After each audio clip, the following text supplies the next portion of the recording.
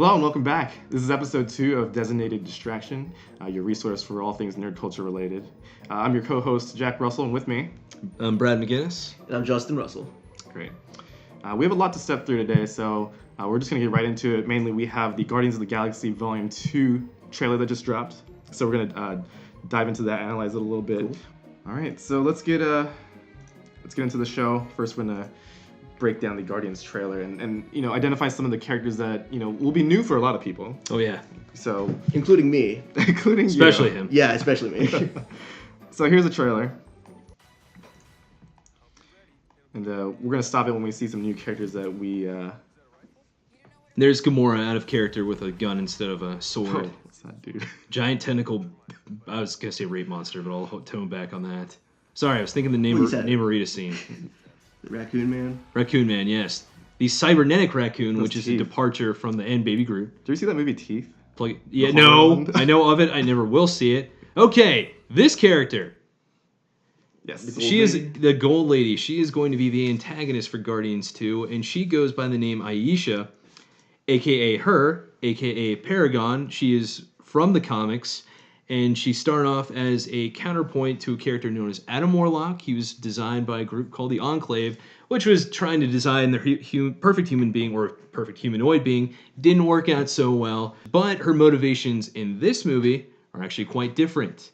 She has more of an objective similar to it being called the Goddess in the comics, which I'll go back to Adam Warlock. When he had the Infinity Gauntlet, he broke down his personality, got rid of good and evil sides, wanted to be the most logical being in existence. So the good side turned out to be Goddess, but she went way too good and tried to essentially hypnotize a good deal of heroes on Earth to purge all sins from the universe, which basically everyone sinned, so she wanted to wipe out the universe for the sake of goodness. Way to go. So the whole, was it the road to hell is paved with good intentions? Taken to its extreme. To Yep, to a team. Walking trope, yeah. Interesting. All right, so we're moving on.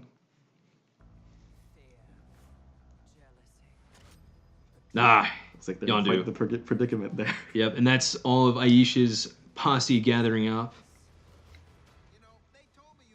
And Rocket Raccoon making the snarky comment he always does. Love him.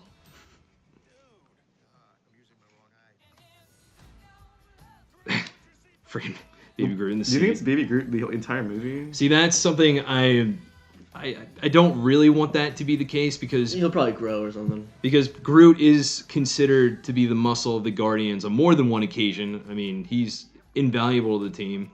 Mostly because he can regenerate and come back from essentially nothing a lot faster than what the movie portrays. Also, he's great merchandising for the company. Oh, so absolutely. They partially did that. The Baby Groot thing is like, oh, we can sell the shit out of this.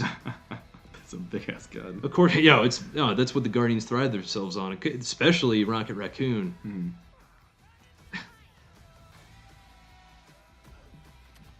Oh, does he? He's got his mohawk in this one. Nice. Okay, here we have Mantis, who actually in the comics is green. Not sure why they decided to go. Is Gamora green as well? They already had a green. Okay, fair enough. They had 2 green people, right? But is Gamora... Oh my god, there'd be 3 green people. Yeah, she's green too. Wow, okay, that is a lot of greens. Okay, I can that understand. Goes in line with the Hollywood greenwashing, so you need to Hollywood greenwashing. Freaking A. So who's Mantis? Yeah, Mantis is she's a member of the Guardians, and her shtick is she's an alien, she's a powerful telepath, and she's been on with the team for quite a few iterations of there, and she's just been a stable member. As to her origin story, honestly, I'll admit that I'm not even well versed in it. So Brad. Sorry, I'm not a walking... I am a humanoid encyclopedia, but I am not an all-knowing Marvel god. Well, praying mantises, don't they eat their spouses? Yes, they do. I don't want to see what the implications of that will be with her love interest in Star-Lord. Fair enough. Oh, Nebula's yes. She's gonna be good in this movie, right? Or more. I think more of the enemy of my enemy is my friend sort of persuasion. Right. But she will add an interesting dynamic to the whole group. Oof. I like her design.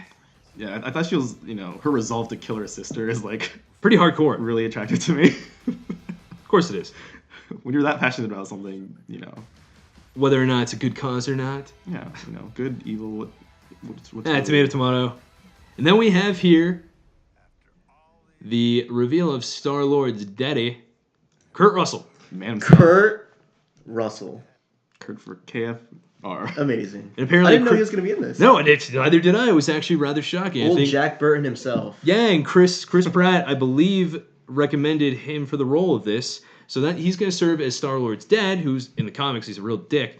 And apparently he will also be, I don't know if he's just like symbiotically tied with the entity, but Ego the Living Planet, who is just a being that's been around since the dawn of time. And, well, it's a living planet with a face on it. So he can shapeshift? What? He's a human here. I don't know the full extent of Ego's power. Okay. It might just be an avatar for him. So in the comics, there's no connection between Ego and Star-Lord's dad. So really, who knows what direction that can go. Marvel movies do tend to take a few liberties, especially with Aisha. I mean, which I like. Yeah, I like agree. Because sometimes it works out for the best. I think the mix of Aisha and the goddess persona will work well. Whereas you get a character like Whiplash in Iron Man 2, which was a mix of Whiplash in the comics and the Crimson Dynamo, which I don't think turned out very well. That turned out questionably. I don't know enough to have an opinion on it. Fair enough. At least you're honest and not trying to bullshit your way through a video. I just know that Chris Pratt's a funny dude, and I'm going to see this movie. Nailed it. That is Okay. awesome.